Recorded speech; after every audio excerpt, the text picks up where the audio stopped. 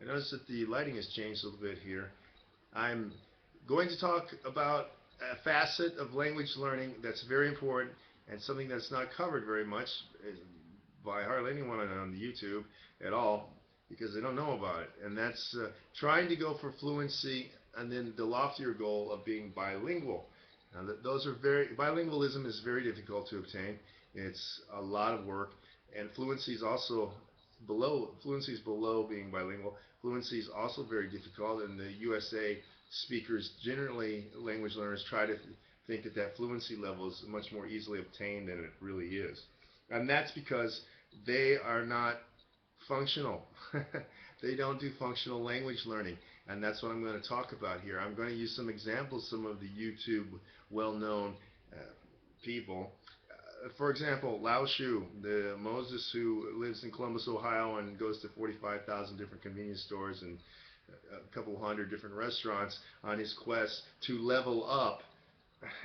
What's with the neologism, Moses? It's practice, damn it. It's practice. You're trying to get practice. There's no leveling anything there, you know. You're trying to practice. No sense of trying to make a neologism for something that already exists. Anyway, so he's going out to practice, correct? But he goes to places where he's speaking English, they speak English. Then he tries to switch into the language, and a lot of them look at him like, "What are you talking about?"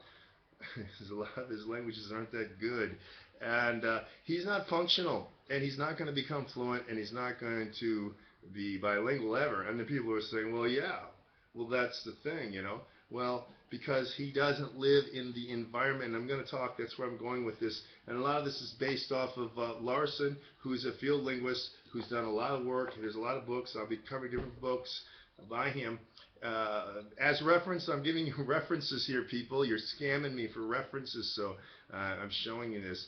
The fact is that he's learned a lot of different languages and has taught other people how to learn other languages, and once again, those even without scripts, the things that Steve Kaufman is scared, you know, to do because he can't do it. Anyway, the point here, here's a big functional thing. The thing is here to be functional in a language, and functional means to be able to live in the environment. Now, that's why I have this is what I'm talking to you about. What you have here basically are YouTube hobbyists, people who dabble with something, a language. They want to spend their time with 30 or 40 different languages and never become functional in any of them. And now going around living in a predominantly English area and going to speak these languages that other people have come here with is not that impressive. Because they don't need to. One, yeah, of course they're shocked because that's bizarre when the predominant language is English in those areas for work. So the functional language in those areas is English, and you'll notice like Moses always starts out in and returns to English for functional uses. Okay, he's doing little scripts that he's tried to memorize and stuff, and then they're just little variations on that. He's not the only person, okay? Why I'm saying this is because his videos are out there. You can take a look at it as a reference point. Now, the idea of becoming fluent and then, if you can, bilingual, which is a great deal of work, is that you have to get this concept. And now I need to limit myself to a lot of things that are very specific because it seems that the listeners here don't listen very well and they don't make a connection. They only hear one thing of what I'm saying, even though I might cover a whole vast area, or they don't reference my other videos. I have a lot of people sending me emails with questions asking things that have been covered in other areas. They just don't research it, and in that case that's their fault that they need to research, because I'm not here to give you private lessons. So the fact is here, what am I driving for in this video? This video is to look at becoming fluent or becoming bilingual. You must recognize that you need a functional approach to the language, number one, okay? I'm going to cover that. This is the biggest thing I'm going to do because all these people on the YouTube are basically hobbyists. There's a few people that are not hobbyists. And I will say, once again, this is where Stu J is correct. He's not a hobbyist. He's lived in the environment. He's telling you specifically about what to do, how he gained his tie. Uh, and the problem is that a lot of people are not interested in Thai, so they're not getting the information that he's giving you is applicable to other languages. Uh, Another person that I saw was the guy who goes by the Canadian linguist, who he's not a linguist, but um, he mentions this too, the insider outsider a little bit. He mentions it. I'm going to delve into it. This is what this whole video is about, and this is a gigantic thing where you lie to yourself if you don't understand this. You are an outsider trying to get into another culture, and if you don't recognize that you're trying to get into another culture, you got some big problems already, because another language community is a different culture. I can go into all sorts of social linguistics reasons about what happens even in dialects. Those are different cultures, and even slang represents a different mindset and a different paradigm. And I've covered this in some of this stuff about your operating systems. Okay, so what you want to do here, using this as from the operational system analogy, is, for example, you're a Mac, and the operating system in a Mac is different from Windows, but there is programs to uh, allow it to use Windows programs and to simulate Windows. So this is what you're doing. You're going to take your operating system, you're going to go in, try to learn the other operating system, and at least mimic it in certain instances. Okay, now this is what Stu J talks about. He doesn't give it this precise terminology like I'm saying. It's definitely insider, outsider. And if you don't recognize that you're an outsider trying to become an insider, you're woefully misguided and you're going to waste a lot of time. So what you want to do is become an insider.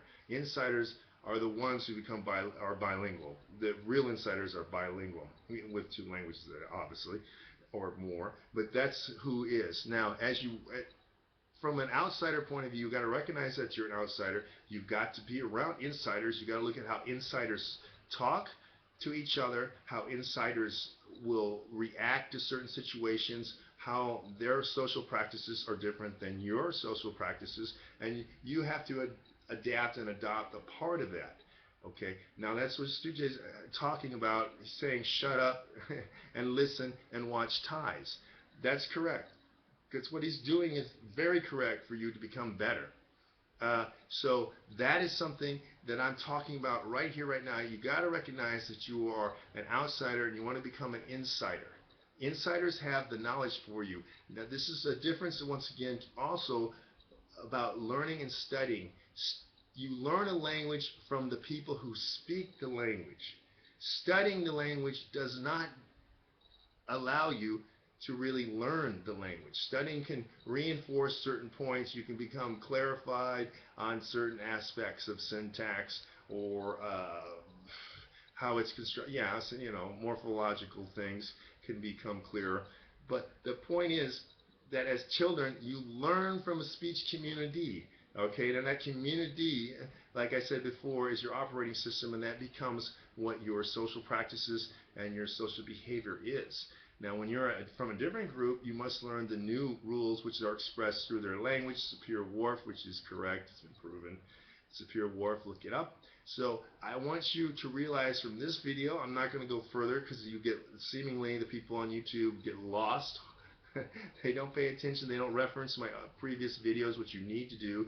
Don't send me questions until you've looked at all my other videos, because I get a lot of questions that I've answered in other videos. So the point here is about being an outsider.